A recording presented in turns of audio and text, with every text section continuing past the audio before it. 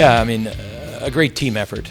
I think coaches did a good job of preparation for that game. We knew you had two teams at 7-3. I think the top, 2A, 2B is top teams in the last 10 games, and I know they've been playing great hockey since Christmas. So it was a good test for our group to continue to grow.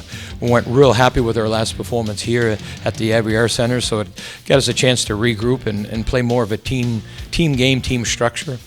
I think this week we named our official captains, and maybe as a coach I should have done it earlier, because Marcus Vidichuk had a highlight game down there. It's not often that you can find a way to get a hat trick on the road, especially in Cape Breton. So overall, it was a game that the team continued to get better. A lot of guys got a chance to wear an A, which I think is pretty neat in your major junior career. To be able to put that A, it's something that we just didn't hand out. It was guys that had made contributions, team contributions, right from the start of our training camp. Even a guy like Preston Lounsbury that did a lot of being a local player here. Dylan McKinnon, we had different players come in through the summer and they hosted them, and there's a lot of kids in the Moncton area that look up to McKinnon and Lounsbury, so I think it was neat that those guys get to put that A on at different times. But when you get down to it, Mark is a 5-year veteran of the league. He's been to a league final, so he has that playoff experience, and he's playing a 200-foot game. He's given up some of his offense to play good matchups against other teams. He's been outstanding on faceoffs and one of the top leaders in the league, and his penalty kill is extraordinary, and the last 5 games he's hit 2 hat tricks, so he's starting to, I think, will continue to get better as the year goes. Vincent Collard, right from day one here, just so enthusiastic. He's probably our leader off ice, in the gym, his fitness, and just has a commanding presence. And obviously he's having a career best year for himself, but making contributions. He's great on the power play. He's great on the penalty kill. Guys have a lot of respect for him, and he just brings so much energy to the rink on a daily basis. You look at Caleb Denoyer, obviously a career best year, and it's not often a 17-year-old can have the impact on a team like he does. And most 17-year-olds that have impact, they're a team that are, at a different stage than we're at. For him to come in and lead our team in scoring at his age, and just such a strong leadership. He's competitive. He wants to win every night, and he wants to be the best player every night. And I think his winning pedigree for his age group, certainly being among the most in our country and probably North America, and among the elite in the world, what he's done so far. And I like to say JGS, he's just getting started, but he's made big contributions.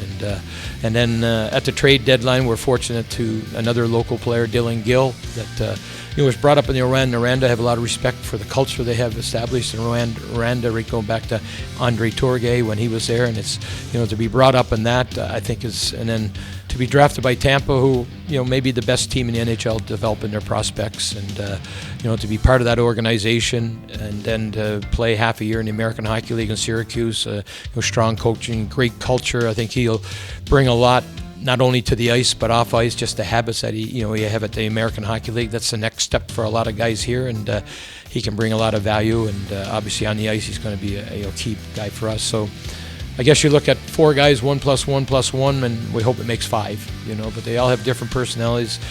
There's a lot of value to the leadership group, and I go back, leadership responsibility shared by everyone. If you look at the game tonight and see the number of shot blocks, I think our play away from the puck got better this weekend. We had a good opponent, and and obviously we'll have to get better because we have the same opponent on Thursday again.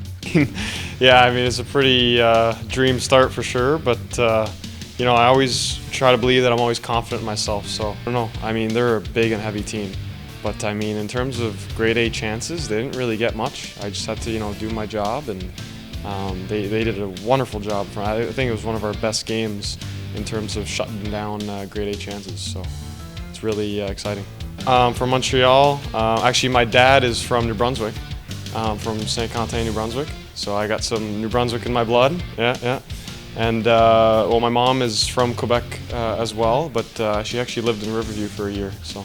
I mean, you're always thinking about it, but like you really just want to win. Like, you don't really care about shutout, no shutout. You just want to win. Oh, it's been amazing. I mean, the guys have been really great. My billets have been amazing. Shout out to Brenda. She's the best. So, I mean, it's been nothing short of wonderful. Yeah. Yeah, so I played over in Cedar Rapids for a year and a half, and things, weren't going great here. And and when I got the opportunity to play here, I mean, best team in the league, right? You can't say no to that. So